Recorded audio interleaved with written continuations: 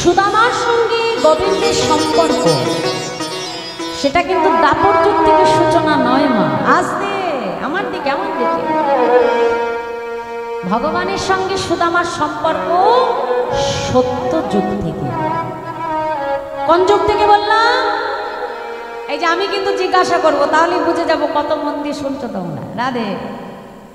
সত্য যুগে ভগবান বিষ্ণুর 4টি অংশ ছিল মা। 4টি অংশ কি কি? বসুদেব, সংকর্ষণ, প্রদ্যুম্ন, অনিরুদ্ধ। ভগবান বিষ্ণুর 4টি ভাগ কি কি? বসুদেব, সংকর্ষণ, প্রদ্যুম্ন, অনিরুদ্ধ। তা ভগবান বিষ্ণু ভেঙে 4 ভাগ হয়ে গেল কেন মা? দেখো, এই জগতে যদি আমরা কোনো খেলা খেলতে যাই, তা খেলা খেলতে গেলে কি একা একা খেলতে গেলে ভালো লাগবে কি মা? ভালো লাগে? ঘরে যদি তুমি লুডো খেলতে যাও, সামান্য লুডো দিয়ে বুঝি, লুডো খেলতে গেলে আমি যদি একা একা লুডো খেলি, সেই লুডোতে মজা আছে? মজা লাগে না তোমার? বেশ 3-4 জন হবে, একটা রেশারেশি হবে, তবে তো লুডো খেলে মজা আসবে, কি তাই না? ঠিক বলছি তো?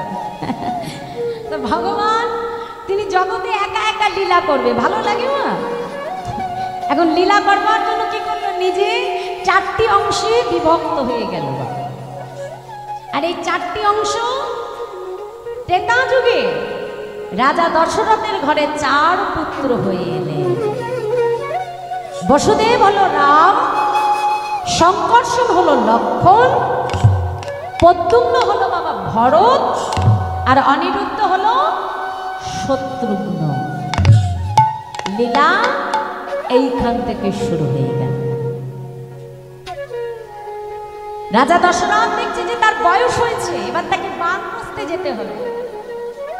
এখন সিংহাসন ছেড়ে যাবার আগে একজন যোগ্য উত্তরসূরিকে সিংহাসনে বসাতে হবে, রাজ্যের দায়িত্ব দিতে হবে বাবা, কি তাই তো? এখন গুরুদেব বৈশিষ্ট্য মুনিকে তিনি স্মরণ করলেন। গুরুদেব, আপনি আমাকে কৃপা করে বলুন যে আমার এই অযোধ্যার সিংহাসনে বসবার যোগ্যতা কার আছে? তখন বৈশিষ্ট্য মুনি বলছে, শোনো দশরথ, তোমার 4টি পুত্রকে আমি নিজে শিক্ষা দিয়েছি। অবশ্যই তোমার 4 পুত্র যোগ্য, কিন্তু তার মধ্যে যদি সবথেকে যোগ্য কেউ থাকে, সেটা হলো তোমার জ্যেষ্ঠ পুত্র রাম। গুরুদেব, তাহলে আমি রামের রাজ্যাভিষেক ঘোষণা করে দিই। যাও, বিলম্ব করো না, তাড়াতাড়ি রামের রাজ্যাভিষেক ঘোষণা করো। সারা অযোধ্যায় ঢেরা পিটিয়ে ঘোষণা করে দেওয়া হলো যে আগামীকাল অযোধ্যার সিংহাসনের নতুন মহারাজ হয়ে বসবে তাদের প্রাণের প্রিয় পুত্র রাম। সারা অযোধ্যাবাসীর মনে বাবা আনন্দ ধরে না। আর ওদিকে তার বিমাতা কইকেয়ী, আমরা রামায়ণে কইকেয়ীকে খল নায়িকা বলে জানলেও মা, আমরা জানি যত কিছু ওই কইকেয়ীর জন্যই হয়েছে, তাই না? কিন্তু বাবা, এটা আমাদের ভুল ধারণা। রামকে যদি কেউ সব থেকে বেশি ভালোবাসে, সেটা ছিল তার বিমাতা কইকেয়ী। পাছে রামের ভালোবাসায় যদি ভাগ পড়ে যায় মা, তাই নিজের পেটের সন্তান ভরতকে নিজের বাপের বাড়িতে মানুষ করেছিল, নিজের হাতে লালন পালন করেছে মাতৃস্নেহ দ্বারা রাম। আগামীকাল রাম রাজা হবে, মনে আনন্দ ধরে না। আজ কইকেয়ী নিরজনে বসে বসে সুন্দর করে একটা মালা গাচ্ছে। রাম রাজা হয়ে যখন আমাকে প্রণাম করতে আসবে, আমি রামের গলায় মালাটা পরিয়ে দেব, মনের আনন্দে মালা গাচ্ছে। আর ওদিকে কইকেয়ী ছোটবেলার একজন দাসী ছিল মা, কি নাম বলো তো দেখি? মন্থরা। বাহ! আর ওই মন্থরার এমন কুটিল মতিমা, সঙ্গে সঙ্গে কইকেয়ীর কাছে এসে দাঁড়িয়ে বলছে, আই কইকেয়ী, তুই যে নিরজনে বসে এত সুন্দর মালা গাচ্ছিস, কার জন্য? বলে, কেন? তুমি শোনো নাই যে আগামীকাল আমার পুত্র রাম রাজা হবে, আর রাম যখন আমাকে প্রণাম করতে আসবে, আমি এই মালাটা রামের গলায় পরিয়ে দেব। আমার রাম রাজা হবে যে। শান্ত হবে, রাজা হবে, তবে তোর পুত্র ভরত নয়, রাজা হবে কে? তোর সতীনের ছেলে রাম। রাম যদি সিংহাসনে বসে, রাজমাতা হবে কৌশল্যা। আর রাজমাতা হয়ে যদি একবার তোকে আদেশ করে, হ্যারে কইকেয়ী আমার পায়ে একটু তেল মাখিয়ে দিয়ে যান, ভালো লাগবে? সতীনের পায়ে তখন তেল মাখাতে। হ্যাঁ, শুনে রাখ কইকেয়ী, তোর পিতা কেকই রাজা আমাকে মোটা টাকার মাইনে দিয়ে ছোটবেলা থেকে আমাকে তোর দাসী করে রেখেছে। আমি দাসী, দাসী প্রীতি করা আমার কাজ। কিন্তু শুনে রাখো কইকেয়ী, তুমি কোনো দাসীর কন্যা নও, তুমি হলে কেকই রাজার কন্যা কইকেয়ী। আর রাজকন্যা হয়ে তোমার দাসী প্রীতি করতে ভালো লাগবে? বলো বলো, পারবে তুমি দাসী প্রীতি করতে? ব্যাস, এই যে কুমন্ত্রণা তার কানে দিয়ে দিল মা, ওই প্রাণের পুত্র রাম এক পলকে তার চির শত্রু। অভিমান কক্ষে এসে দরজা জানলা বন্ধ করে দিয়েছে কইকেয়ী। রাজা দশরথ দেখছে কি, আমার সব রানীর ঘরে আলো জ্বলছে, কিন্তু আমার কইকেয়ী ঘরে আলো বন্ধ কেন? ছুটে এসে দরজায় করাঘাত করছে কইকেয়ী। ভেতরে প্রবেশ করে দেখে কইকেয়ী অভিমান কক্ষে বসে আছে। কি কইকেয়ী, আগামীকাল তোমার প্রিয় পুত্র রাম রাজা হবে, তুমি সুখী হও। মহারাজ, আপনি বুঝি আমাকে সুখী দেখতে চান? নিশ্চয় নিশ্চয় আমি তোমাকে সুখী দেখতে চাই কইকেয়ী, তুমি যে আমার রানী। মহারাজ, আপনি নিশ্চয় মনে আছে দুইবার আপনাকে আমি মৃত্যুর হাত থেকে বাঁচিয়েছিলাম। তখন দুটো বর আপনি আমাকে দিতে চেয়েছেন। আমি বলেছিলাম সময় হলে বর দুটো চেয়ে নেব। আজ সময় এসেছে, বর দুটো আমাকে দিতে হবে। বলো বলো কইকেয়ী, কি বর চাও তুমি? আজ যে আমার মনে বড় আনন্দ কইকেয়ী, আজ আমার কাছে যে যা চাইবে আমি তাকে তাই দেব। বলো বলো তুমি কি চাও? শুনুন মহারাজ, এমনি এমনি মুখে বললে তো আমি শুনবো না। আগে আমার কাছে তিসত্য অঙ্গীকার করুন। বলুন, আমি আপনার কাছে যা চাইব আপনি আমাকে দেবেন দেবেন দেবেন। কইকেয়ী, रघुकुल रीति सदा चली आई, प्राण चली যাই তবু বচন না যায়। মরে যাব, কিন্তু মুখের বাক্য থেকে আমি সর্বনা কইকেয়ী। দেব যখন বলেছি দেব, বলো কি চাও? শুনুন মহারাজ, আমার প্রথম বর হলো আগামীকাল রাজা হবে, তবে আপনার জ্যেষ্ঠ পুত্র রাম নয়, রাজা হবে আমার পুত্র ভরত।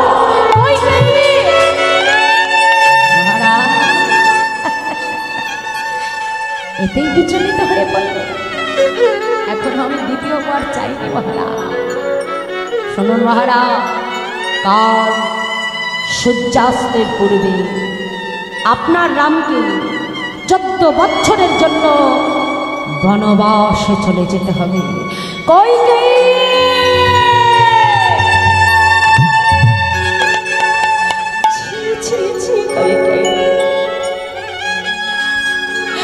আমি জানতাম তুমি রামকে তোমার প্রাণের অধিক ভালোবাসো।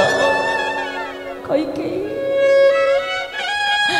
আগে সিংহাসন পাবার আশা, তোমার পুত্র রামকে তোমার সিংহাসন থেকে সরাতে, 14 বছরের জন্য বনবাসে পাঠাতে তোমার এতটুকু বিবেকে বাধ্য না কইকেয়ী? শুনে রাখো কইকেয়ী, এ জগতে যখন কোনো সন্তান বড় হয়ে যায়, পিতামাতা তার নিজের ইচ্ছা সন্তানের উপরে জোর করে কখনো চাপিয়ে দিতে পারে না। আমাকে যে রামের অনুমতি নিতে হবে। রাজা দশরথ আজকে বড় অসহায় হয়ে উঠেছে বাবা, চিৎকার করে ডাকছে রাম।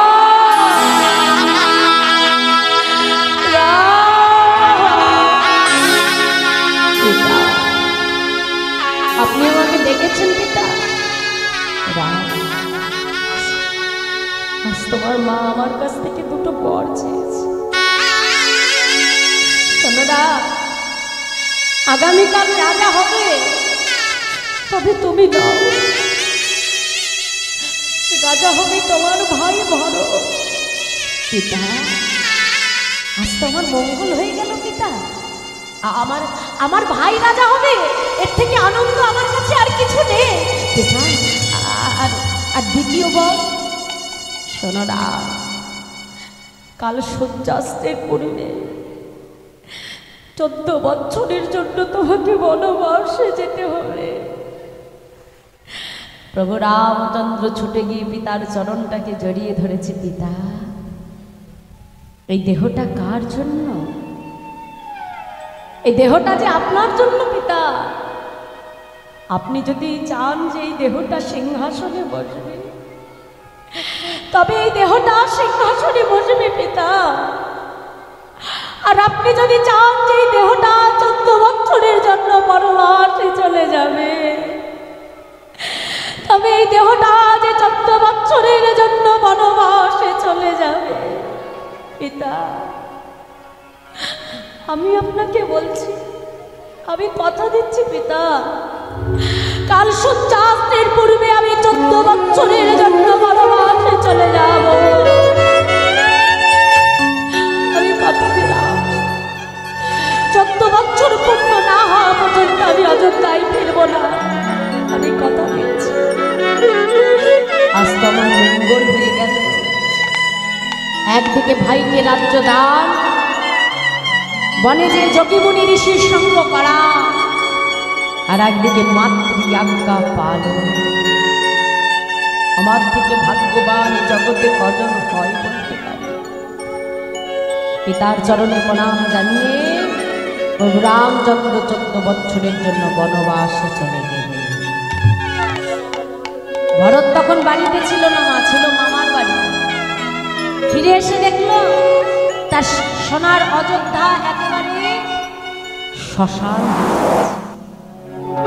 অযোধ্যাবাসীকে ডেকে বলছে, অযোধ্যাবাসী, হ্যাঁ গো, আমার সোনার অযোধ্যার এমন দশা কি করেছে? অযোধ্যাবাসী ডেকে বলে, আজ তোমার এক মা হতে সারা অযোধ্যার সর্বনাশ হয়ে গেল। যা, যে তোমার মাকে ডেকে জিজ্ঞাসা করো অযোধ্যার এমন দশা কে করেছে। ভরত ছুটে এসে মাকে ডেকে বলে, মা, আমার অযোধ্যার এমন দশা কি করেছে? কোথায় কোথায় আছে আমার দাদারা? কোথায় আছে আমার ভাই লক্ষ্মণ? বলো মা, আমি কেন দেখতে পাচ্ছি না তাদের? শোনো বড়, তোমার দাদা রামকে আমি 14 বছরের জন্য বনবাসে পাঠিয়ে দিয়েছি। আজ থেকে এই অযোধ্যার সিংহাসনে একমাত্র উত্তরাধিকারী হলে আমার পুত্র ভরত। যা ভরত, তুমি সিংহাসনে বসো। ওই সিংহাসনে আমি কখনোই বসতে পারবো না মা।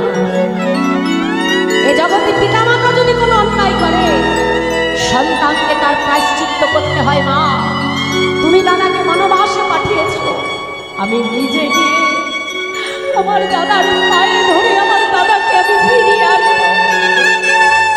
ছুটতে ছুটতে ভারতে চলেছে চিত্রকূট পর্বতে। ছুটে এসে দাদার চরণটাকে জড়িয়ে ধরেছে। দাদা, তুমি একবার ফিরে চলো দাদা। তুমি যদি মনে করো আমি তোমাকে বনবাসে পাঠিয়েছি দাদা, এই কথাটা চিন্তা করার আগে যেন আমার মৃত্যু হবে। দাদা, তুমি একবার ফিরে চলো দাদা। তোমাকে ছাড়া যে সারা অযোধ্যাটা অন্ধকার হয়ে গেছে। তুমি একবার ফিরে চলো। আজ তোর মতো একটা ভাই আছে, এ কথা ভেবে গর্বে আমার বুকটা ভরে যাচ্ছে। কিন্তু আমি যে পিতার কাছে কথা দিয়েছি, আমি ফিরে যেতে পারবো না। ভালো, তুই ফিরে যা। বেশ, ফিরে যদি না যাও দাদা, তবে তোমার চরণের পাদুকাটা তুমি আমার মস্তকে তুলে দাও। তোমার পাদুকাটা সিংহাসনে বসিয়ে মাটিতে বসে আমি 14 বছর তোমার রাজত্ব পরিচালনা করে দেব বাবা। প্রভু রামচন্দ্র বনবাসে থেকে জানা কষ্ট পেয়েছিল, ভরত ওই প্রাসাদে থেকে তার অধিক গুণ কষ্ট সহ্য করেছে শুধুমাত্র পাপের প্রায়শ্চিত্ত করবে বলে। আজ 14 বছর পর যখন প্রভু রামচন্দ্র তিনি ফিরে এলে, সারা অযোধ্যাবাসীর মনে আজ আনন্দ, যে যা চাইছে তাকে তাই দিচ্ছে প্রভু রামচন্দ্র।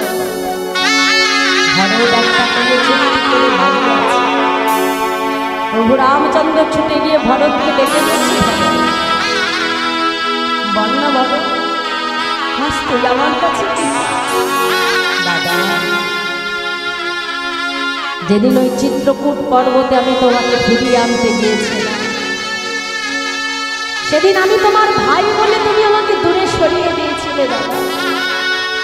কিন্তু কোথায় বলে যে গুহকের রাজা চণ্ডাল, তাকে তুমি তোমার বন্ধু করলে।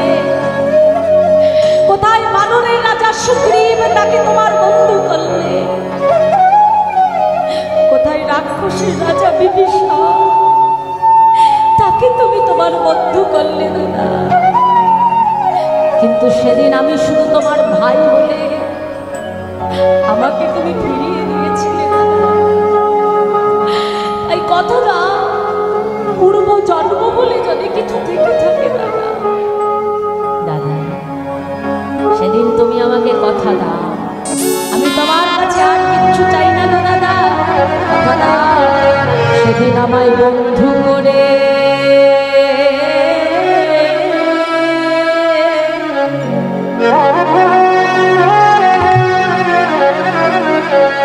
তুমি জানো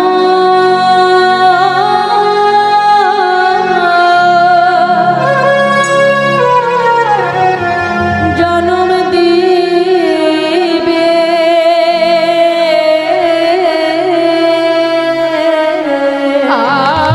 আমায়, তাই গৌর হরে হরে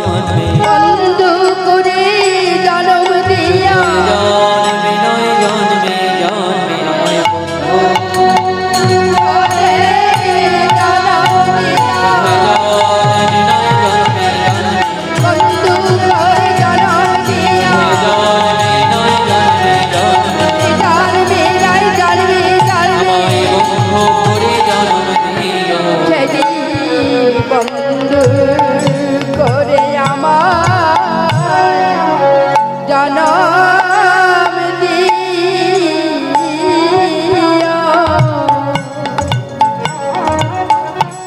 প্রভু রামচন্দ্র ভরতকে ডেকে বলল, ভরত তবে এ জন্মে তো আমি তোর মনোবাঞ্ছা পূর্ণ করতে পারবো না ভরত, কিন্তু আগত কলিযুগে আমি যখন বৃন্দাবনে যাব, ওই বৃন্দাবনে যে সেদিন তুই হবি আমার পরম বন্ধু সুদামা, আর আমি হব তোরই সখা কৃষ্ণ। আর ওই কৃষ্ণ সুদামা রূপে বৃন্দাবনে আমরা এমন লীলা করব যে বন্ধুত্বের ইতিহাসে কৃষ্ণ সুদামার নাম স্বর্ণাক্ষরে লেখা থাকবে। নিতাই গৌর। তাই বাবা, সেই ত্রেতা যুগের ভরত কলিযুগে বৃন্দাবনে হয়ে এলেন গোবিন্দের পরম বন্ধু সুদামার। আর ওদিকে ত্রেতা যুগের প্রভু রামচন্দ্র এই দাপর যুগে বৃন্দাবনে এলেন কৃষ্ণচন্দ্র। গোবিন্দের যে পরম দ্বাদশ সখা ছিল, শ্রীদাম, সুদাম, দাম, বসুদাম, মধুমঙ্গল। হ্যাঁ, এই যে শ্রীদাম সুদাম, এই সুদামাকে যখন ডাকতো না, সুদাম সুদাম বলে ডাকতে গিয়ে ব্রজবলি ভাষায় আকার যুগে ডাকা হয়, ওই সুদাম থেকেই এসেছে সুদামা।